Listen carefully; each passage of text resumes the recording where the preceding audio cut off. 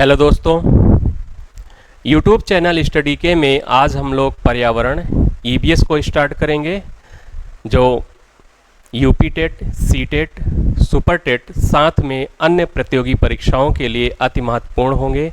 चलते हैं टॉपिक की ओर। पर्यावरण किसे कहा जाता है?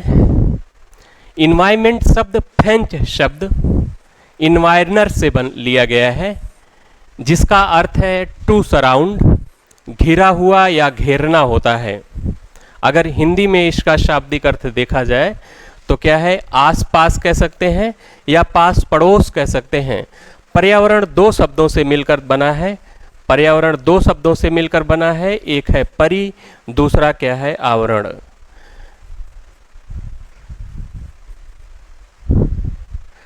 परि का अर्थ होता है चारों ओर, इसका अर्थ होता है चारों ओर, इसका है घिरा होना। अगर इसी के बीच में एक शब्द ला लें तो हमें पर्यावरण की परिभाषा मिल जाती है। जीव को लेके आए, जीव के चारों ओर जो आवरण है, जीव जंतुओं के चारों ओर जो आवरण होता है, इसी को हम लोग क्या कहते हैं? पर्यावरण की संज्ञा देते हैं। अगर पर्यावरण संरक्षण अधिनियम 1986 के अनुसार देखा जाए कि उसने क्या परिभाषाएं दी हैं, तो पर्यावरण किसी जीव के चारों ओर जैविक और अजैविक दशाएं, उनके साथ जो अंतः क्रिया होती है उसको शामिल किया जाता है, तो उसी को क्या कहते हैं? पर्यावरण की संज्ञा दी गई है। पर्यावरण के घटक कितने हैं? पर्यावरण के घटक देखते हैं। पर्यावरण के दो घटक हैं, एक है प्राकृतिक घटक। प्राकृतिक घटक में जैसे नदी, झील, वन, सागर, महासागर इत्यादि को प्राकृतिक घटक में शामिल किया गया है। वहीं मानव निर्मित घटकों में मानव के द्वारा जो निर्मित किए गए हैं पर्यावरण के क्षेत्र में, उसे मानव निर्मित पर्यावरण की संज्ञा दी गई है। जैसे मानव निर्मित तालाब कह सकते हैं, मानव निर्मित तालाब, झील इत्यादि को मानव निर्मित पर्यावरण के अंतर्गत रखा गया है। पर्यावरण के घटकों को दो और अन्य पार्टों में भी बांटा जा सकता है, उसको भी ध्यान देंगे। पर्यावरण के घटक में जैविक पर्यावरण और अजैविक पर्यावरण के रूप में बांटा गया है। तो जैविक पर्यावरण उसे कहेंगे जिसमें जीवन होगा, अर्थात क्या होंगे? वो सजीव होंगे, उसे जैविक पर्यावरण के अंतर रखा गया है। जो सजीव होगा और जिसके अंदर क्या होगा? जीवन होगा, उसे जैविक पर्यावरण कहा जाएगा। जैविक पर्यावरण में क्या क्या आ जाएंगे? जैविक पर्यावरण में सभी जीव जंतु और सभी प्रकार के पेड़ पौधे आ जाएंगे। सभी जीव जंतु एवं पेड़ पौधों को शामिल किया गया है, एवं पेड़ पौधों को शामिल किया गया है।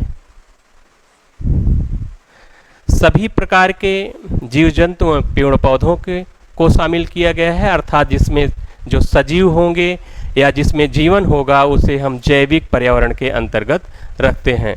वहीं देखा जाए भौतिक या अजैविक पर्यावरण, तो भौतिक या अजैविक पर्यावरण में हम कह सकते हैं 3 या 4 पार्टों में इसे हम रख सकते हैं। स्थलमंडलीय पर्यावरण, जलमंडलीय पर्यावरण, वायुमंडलीय पर्यावरण, एक को और सामान्यतः तरीके से जयमंडलीय पर्यावरण के अंतर्गत रख सकते हैं। तो स्थलमंडलीय पर्यावरण में क्या क्या आएगा? स्थलमंडलीय पर्यावरण में जैसे पर्वत, नदी, पठार, मैदान, झील इत्यादि आ जाएंगे।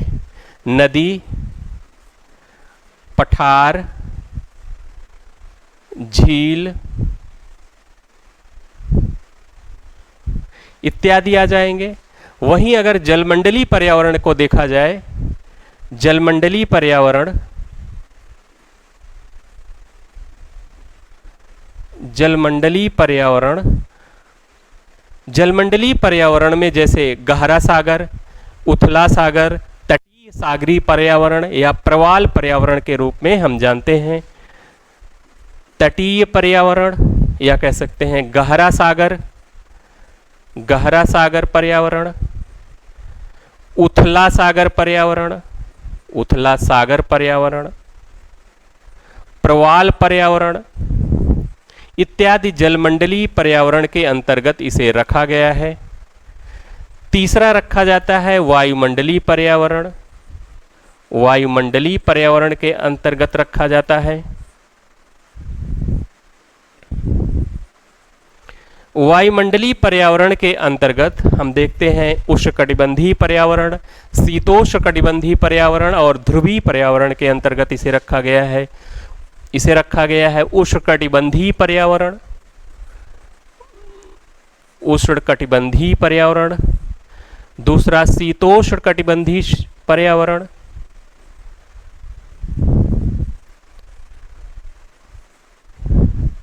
तीसरा रखा गया है ध्रुवीय पर्यावरण।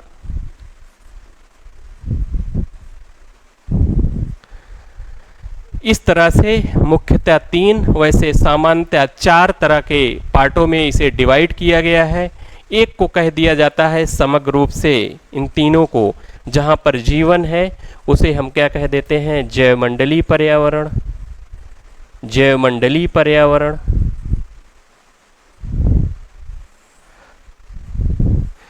इस तरह से सामान्यतः भौतिक या अजैविक पर्यावरण को 4 पार्टों में विभक्त किया गया है। हम आगे जानते हैं, हम टू द पॉइंट चलेंगे, जल्दी ही यूपीटेट के सिलेबस को पूरा करेंगे, कम समय में आगे बढ़ा जाएगा।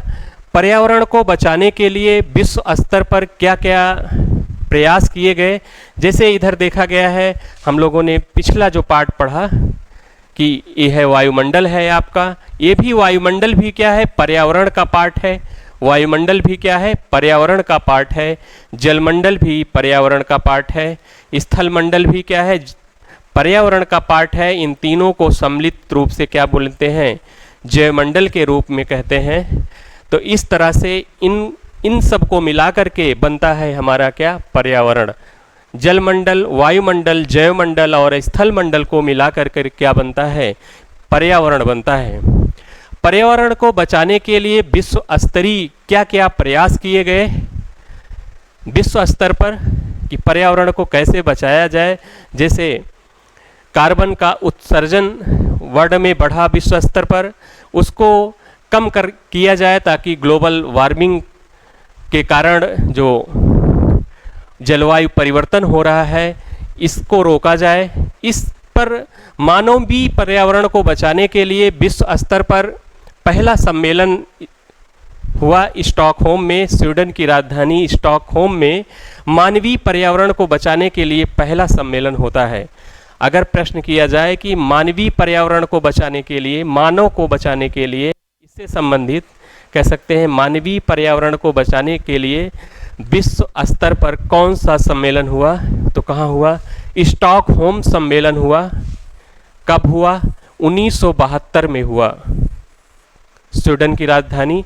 और इसे क्या नाम दिया गया, विश्व पर्यावरण का मैग्ना कार्टा कहा गया। किसे विश्व पर्यावरण का मैग्ना कार्टा कहा गया, विश्व पर्यावरण का मैग्ना कार्टा स्टॉकहोम सम्मेलन 1972 को कहा गया। इसका उद्देश्य क्या था, इसका उद्देश्य क्या था, अंतर्राष्ट्रीय स्तर पर मानवीय पर्यावरण के संरक्षण तथा सुधार की विश्वव्यापी समस्या का निदान करना था। इसका उद्देश्य था इस सम्मेलन का कि पर्यावरण को लेकर के विश्व के लोगों को क्या किया जाए, जागरूक किया जाए। और इसमें क्या किया गया, एक पृथ्वी का सिद्धांत दिया गया कि पृथ्वी पर रहने वाले समस्त जीव जंतुओं, समस्त पेड़ पौधों को कैसे बचाया जाए। इसके लिए सबको मिल करके वैश्विक स्तर पर इस पर प्रयास किया जाए।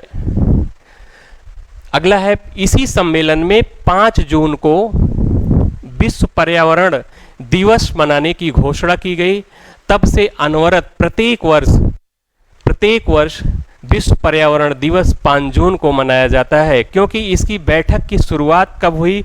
5 जून को इसकी बैठक, स्टॉकहोम सम्मेलन की शुरुआत हुई।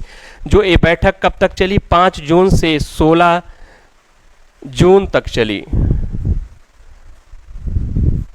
और इस डेट को, जिस दिन इसकी बैठक शुरू हुई, और उस डेट को क्या माना गया? विश्व पर्यावरण दिवस मनाने की घोषणा कर दी जाती है। कहाँ कर दी जाती है? स्टॉकहोम सम्मेलन में कर दी जाती है। अगर पूछा जाए कि स्टॉकहोम सम्मेलन में कितने देश सम्मिलित हुए, तो स्टॉकहोम सम्मेलन में 119 देश सम्मिलित हुए। कितने देश? 119 देश सम्मिलित हुए। याद रखेंगे कितने देश सम्मिलित हुए? 119 देश इसमें सम्मिलित हुए। अगला होता है यूएनईपी का गठन कर दिया जाता है। यूएनईपी क्या है? यूनाइटेड नेशन इन्वायरमेंट प्रोग्राम, संयुक्त राष्ट्र पर्यावरण कार्यक्रम है, एक संगठन है। इस संगठन का कार्य क्या है? संयुक्त राष्ट्र द्वारा यह संचालित होता है, यूएन के द्वारा संचालित होता है। इसका कार्य क्या है? इसका कार्य है पर्यावरण प्रतिरक्षा से कार्य करता है। पर्यावरण प्रतिरक्षा, कि पर्यावरण को कैसे बचाया जाए, इससे संबंधित क्या है? संगठन है ये यूएनईपी। और इसका गठन कहाँ किया गया? यूएनईपी का गठन स्टॉकहोम सम्मेलन में ही किया गया। और इसका मुख्यालय कहाँ है यूएनईपी का? इसका मुख्यालय है नैरोबी में, नैरोबी केन्या में है। और इसी के द्वारा एक पुरस्कार दिया जाता है। जो संस्था पर्यावरण को बचाने के लिए कार्य करती है, उसको यह एक पुरस्कार देती है, जिसे कहा जाता है ग्लोबल 500 पुरस्कार। इसी संगठन के द्वारा दिया जाता है। कौन सा पुरस्कार दिया जाता है? ग्लोबल 500 पुरस्कार इसी संस्था के द्वारा दिया जाता है। ध्यान रखेंगे, अगर प्रश्न किया जाए कि ग्लोबल 500 पुरस्कार किस संस्था के द्वारा दिया जाता है, तो बताएंगे यूएनईपी के द्वारा दिया जाता है। कार्य क्या है? पर्यावरण प्रतिरक्षा से संबंधित यह कार्य करता है। ध्यान रखेंगे। क्लियर है बातें? स्क्रीनशॉट ले सकते हैं। आगे बढ़ा जाए। स्टॉकहोम सम्मेलन के 20 वर्षों के बाद एक नया सम्मेलन होता है, जिसे रियो सम्मेलन कहा जाता है। यह ब्राज़ील के रियो डी जेनेरियो में होता है, और इसका नाम इसी के कारण रियो सम्मेलन पड़ता है। और इसे प्रथम पृथ्वी सम्मेलन कहा गया, प्रथम पृथ्वी सम्मेलन भी कहा गया। इसका लक्ष्य क्या था? लक्ष्य, उद्देश्य क्या बनाया गया? कि ग्रीन हाउस गैसों की सांद्रता में क्या करेंगे? कमी करने का लक्ष्य निर्धारित किया गया। कहाँ? रियो सम्मेलन में। जो ग्लोबल वार्मिंग हो रही है, जलवायु परिवर्तन हो रहा है, ग्रीन हाउस गैसों को के उत्सर्जन में कमी किया जाए। एक मुख्य यूएनएफसीसी का गठन कर दिया जाता है। आगे चल कर के इसकी वैश्विक स्तर पर बड़ी भूमिका होती है। जैसे UNFCCC, United nation framework convention on climate change का गठन कर दिया जाता है इसी सम्मेलन में। अगर पूछा जाए कि यूएनएफसीसी का गठन कब किया गया, तो रियो सम्मेलन 1992 में किया गया। और एजेंडा 21 बातें पर्यावरण को बचाने के लिए 21 बातें इसमें लिखी गई, निम्नवत किया गया। आगे बढ़ेंगे। यूएनएफसीसी क्या है, इसके कार्य क्या हैं, हम समझेंगे।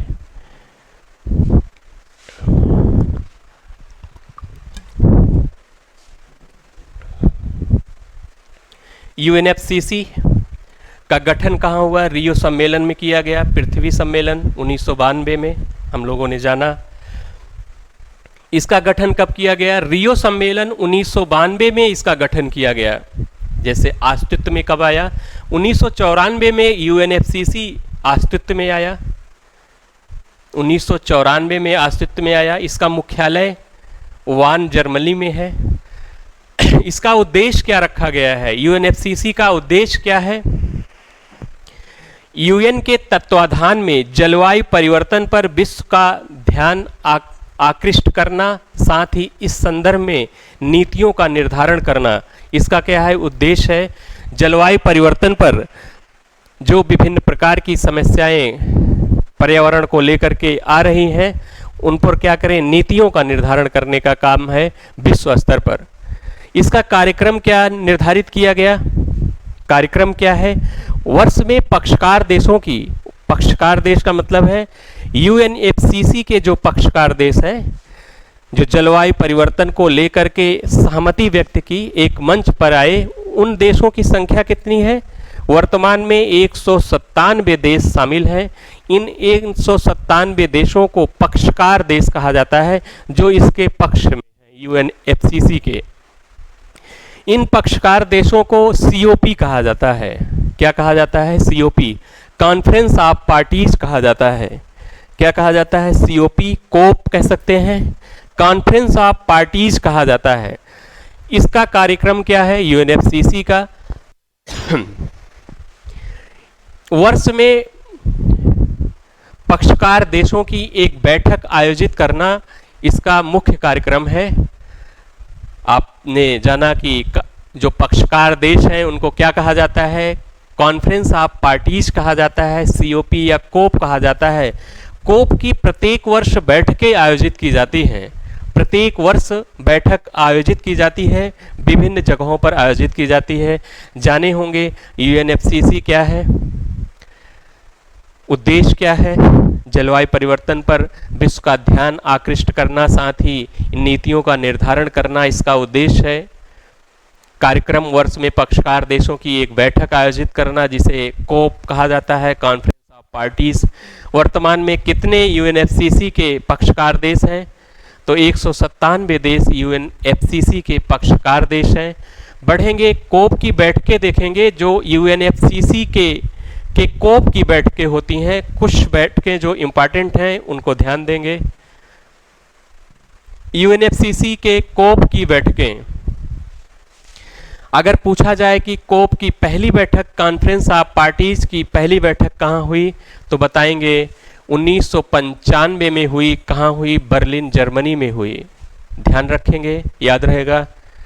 दूसरा भी याद कर सकते हैं, उतना इंपॉर्टेंट नहीं है, परीक्षा की दृष्टि से याद कर सकते हैं। आजकल दूसरा भी पूछा जा रहा है, ट्रेंड चल रहा है। पहला सब याद कर लेते हैं, लेकिन क्वेश्चन दूसरे से कर लेता है कि दूसरी बैठक कहाँ की गई। दूसरी बैठक 1996 में की गई, और कहाँ की गई, जेनेवा स्विट्जरलैंड में की गई। जैसे पिछली बातें हम लोगों ने की कि इसकी पक्षकार देशों की प्रत्येक वर्ष बैठक की जाती है, नियत स्थानों पर की जाती है।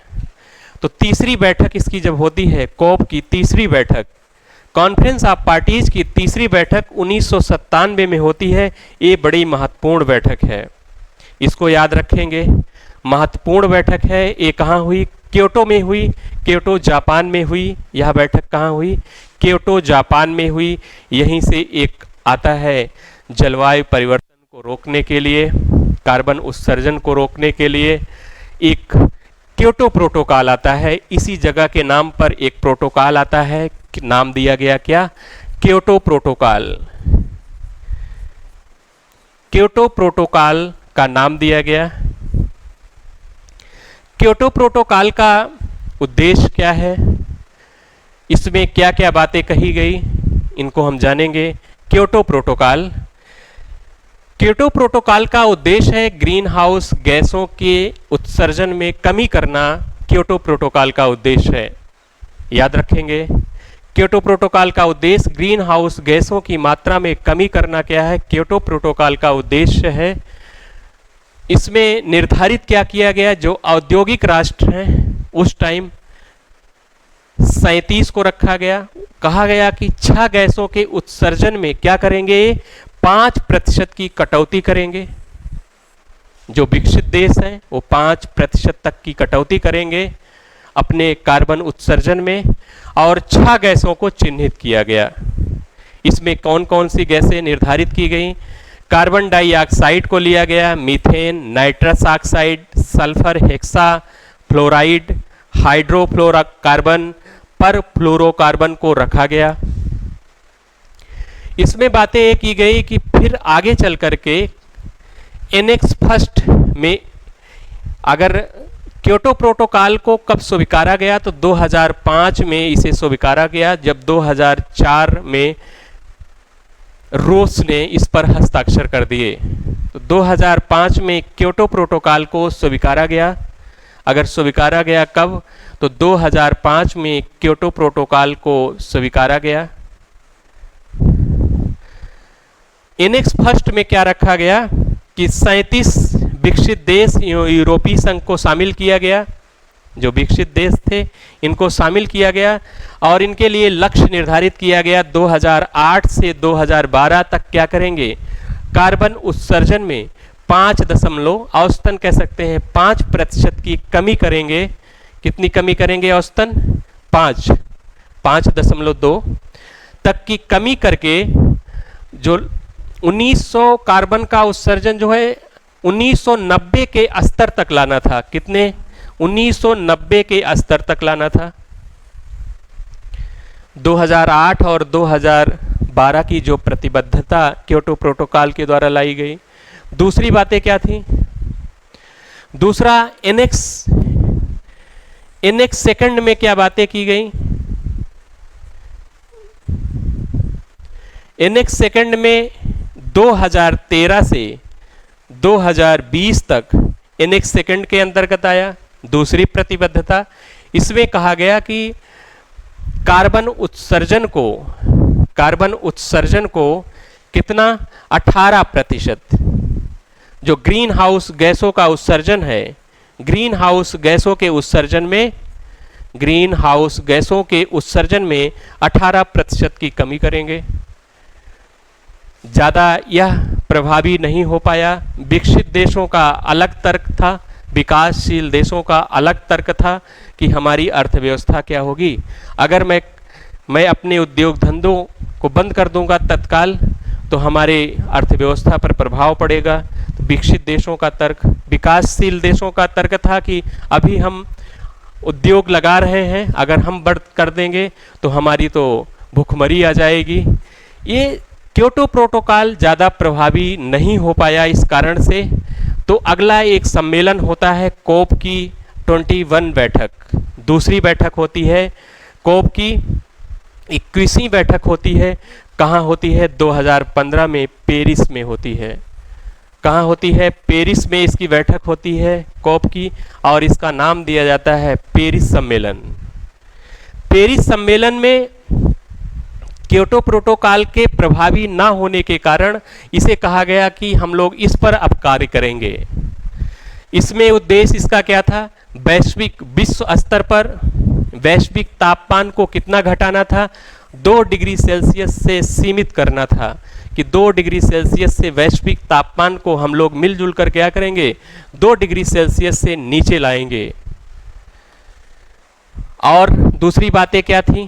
जो मुख्यतः कई बातें थी, लेकिन जो टू द पॉइंट कुछ इंपॉर्टेंट है फैक्ट, उनको देख लेंगे। क्लाइमेट फाइनेंस के जरिए अमीर देश गरीब देशों को क्या करेंगे? नवीकरणीय नए संसाधन, ऊर्जा के नए संसाधनों को अपनाने के लिए मदद करेंगे, तकनीकी देंगे, ताकि विकसित देश, विकासशील देश उन नवीकरणीय संसाधनों को अपना सके जिनसे कार्बन का उत्सर्जन कम होता है। जैसे विकसित देश क्या करेंगे? विकसित देश, विकासशील या अल्प विकसित देश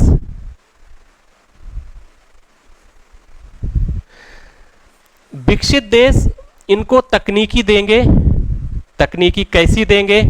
जैसे सोलर से चलने वाली गाड़ियां जिससे कार्बन उत्सर्जन कम होता है, सोलर ऊर्जा,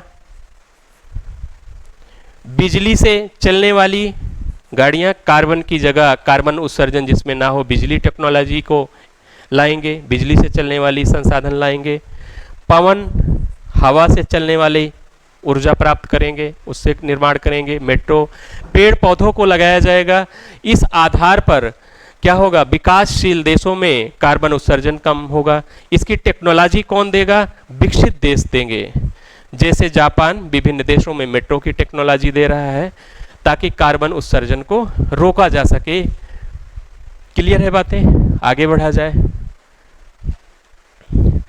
कोप 25 25वीं बैठक कहाँ हुई? मैड्रिड स्पेन में हुई।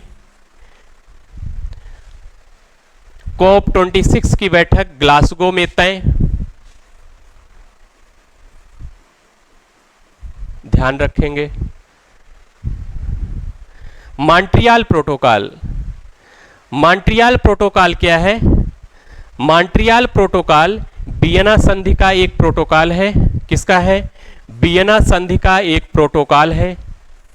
वियना संधि का प्रोटोकॉल है, याद रखेंगे।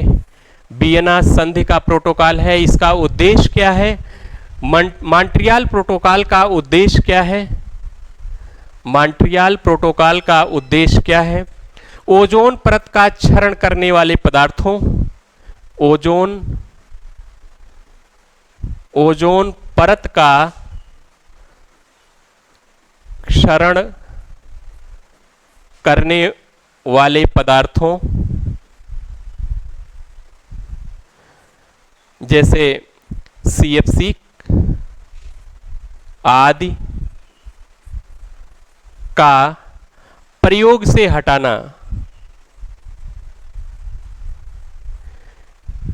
उद्देश्य है ओजोन परत का क्षरण करने वाले पदार्थों जैसे क्लोरोफ्लोरोकार्बन, CFC को प्रयोग से हटाना, ऐसी गैसों को हटाना जो ओजोन परत के लिए क्षरण करने के लिए जिम्मेदार हैं। उन गैसों को के प्रयोग से हटाना या कमी करना, इसका क्या है?